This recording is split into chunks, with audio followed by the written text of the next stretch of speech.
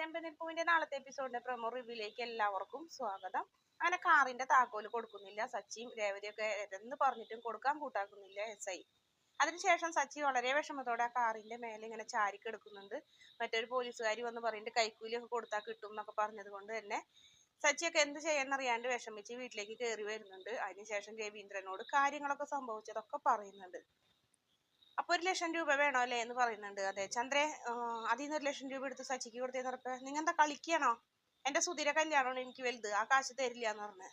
എടി നിന്നോടാണ് ഞാൻ പറഞ്ഞത് കൊടുക്കാന്ന് പറഞ്ഞപ്പോൾ ചന്ദ്ര കൂട്ടാക്കുന്നില്ല.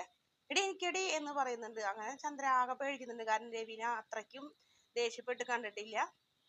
അത് നിന്റെ കുടുംബ സ്വത്തൊന്നല്ല, എന്റെ അമ്മ കഷ്ടപ്പെട്ട കാശിന്, അത് സച്ചിക്കും കൂടി അവകാശപ്പെട്ട കാശിന്, അതുകൊണ്ട് മര്യാദയ്ക്ക് നീ അത് പോയി എടുത്തിട്ടുണ്ട് അടി എന്ന് പറയുന്നുണ്ട്. അങ്ങനെ ചന്ദ്ര ആകെ പേടിച്ച് വിറച്ച് ആ 1,00,000 രൂപ നമ്മുടെ സച്ചിക്ക് കൊടുക്കുന്ന ഒരു ഭാഗം കണ്ടിട്ട് വീഡിയോ ഇഷ്ടപ്പെടാൻ ചാനൽ ഒന്ന് സബ്സ്ക്രൈബ് ചെയ്ത് സപ്പോർട്ട് ചെയ്യണേ.